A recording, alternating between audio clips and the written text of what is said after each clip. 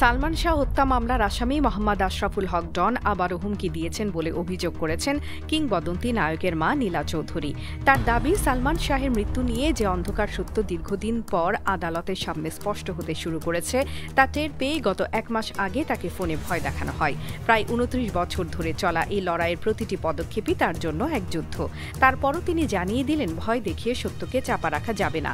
সম্প্রতি জাতীয় একটি সংবাদ মাধ্যমকে দেয়া সাক্ষাৎকারে নীলা চৌধুরী বলেন, আমার ছেলে মারা যাওয়ার পর থেকে আমি শুধু ন্যায় বিচার চাইছি, আর সেই কারণেই আমাকে চুপ করিয়ে দিতে চায় তারা। দেশে এক সময় তাকে হত্যার চেষ্টা করা হয়েছিল বলে দাবি করেন তিনি। বাধ্য হয়ে 2018 সালে লন্ডনে চলে যান এবং সেখান থেকেই মামলার সব অগ্রগতি নজরে রাখছেন। তার ভাষায়, যে লোকটি আমার ছেলের সামনে দাঁড়াতেও সাহস পেত না, সেই ডন এখন আমাকে প্রেস ক্লাবে যেতে বলে, হুমকি দেয়। সাহস কোথা থেকে আসে? কিন্তু ডন নিজেকে সবসময় সালমানের বন্ধু দাবি করে এসেছে। তার ভাষায়, তিনি নাকি সবসময় সালমানের পাশে ছিলেন। তবে এই দাবি নীলা চৌধুরীর কাছে বিশ্বাসযোগ্য নয়। তার প্রশ্ন, বন্ধু হয়ে যদি সত্যিই সম্পর্ক বজায় থাকত, তবে কেন এত বছর ধরে মামলার তদন্ত সামনে এগোতে গেলেই নতুনভাবে তিনি হুমকি দেন? এদিকে আদালতের নির্দেশে সালমান শাহর অপমৃত্যু মামলা এখন আনুষ্ঠানিকভাবে হত্যা মামলায় গড়িয়েছে। রমনা থানায় দায়ের করা মামলার মোট 11 জনকে আসামি করা হয়েছে। প্রধান আসামি নায়কের সাবেক স্ত্রী সামিরা হক। অন্য আসামিরা হলেন প্রযোজক আজিজ মোহাম্মদ ভাই, লতিফা হক লুসি, খলনায়ক ডন, ডেভিড, জাভেদ, ফারুক, রুবি, আব্দুস সাত্তার, সাজু ও রেজভি আহমেদ ফরহাদ। তদন্ত কর্মকর্তারা নিশ্চিত করেছেন, অভিযুক্তদের দেশত্যাগে নিষেধাজ্ঞা জারি হয়েছে এবং দ্রুতই সবাইকে আইনের আওতায় আনার প্রক্রিয়া চলছে। প্রেম, গোপন বিয়ে আর সেই বিয়ের টানাপোড়েন সব মিলিয়ে সালমান শাহ ও সামিরার সম্পর্কও আজ পুরো রহস্যের অংশ হয়ে দাঁড়িয়েছে।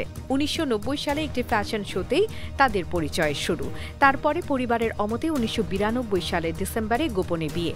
এরপর ঢাকার স্কার্টন প্লাজার নতুন সংসার। পরিবার থেকে আলাদা সেই সংসারেই ঘটল মৃত্যুর সেই ভয়াবহ ঘটনা। 1996 সালের 6 সেপ্টেম্বর ভোরে সিলিং ফ্যানে ঝুলন্ত অবস্থায় পাওয়া যায় কোটি ভক্তের হৃদয় নায়ক সালমান শাহকে। নীলা চৌধুরী প্রথম দিন থেকেই দাবি করেছেন, এটি আত্মহত্যা নয়, সুপরিকল্পিত হত্যা। মামলার নথিতে আরও উঠে এসেছে 12 লাখ টাকার চুক্তিতে হত্যার পরিকল্পনা, প্লাস্টিকের দড়ি, ক্লোরোফর্ম ইনজেকশন প্রয়োগ এবং সবশেষে আত্মহত্যার নাটক সাজানোর অভিযোগ। এসব তথ্য তদন্তকে আরও শক্তিশালী করছে, কিন্তু অভিযোগের মুখে থাকা অনেকেই এখনও নিজেদের নির্দোষ বলে দাবি করছে। তার মধ্যে আছে ডনেরও সেই বন্ধুত্বের দাবি, যা নীলা চৌধুরীর কাছে শুধু আরেকটি নাটক। এই মামলাটি বাংলাদেশের চলচ্চিত্র ইতিহাসের সবচেয়ে বড় রহস্য। সালমান শাহ ছিলেন কোটি মানুষের স্বপ্ন ও আবেগের নাম।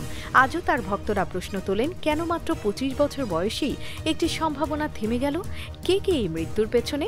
নীলা চৌধুরীর দৃঢ় বিশ্বাস, সত্য শিগগিরই প্রকাশ পাবে। তিনি বলেন, আমি আমার ছেলের কাছে দায়বদ্ধ। বিচার পাওয়ার আগ পর্যন্ত আমি শান্তি পাব না। দেশের মানুষও একই প্রত্যাশায় দিন গুনছে।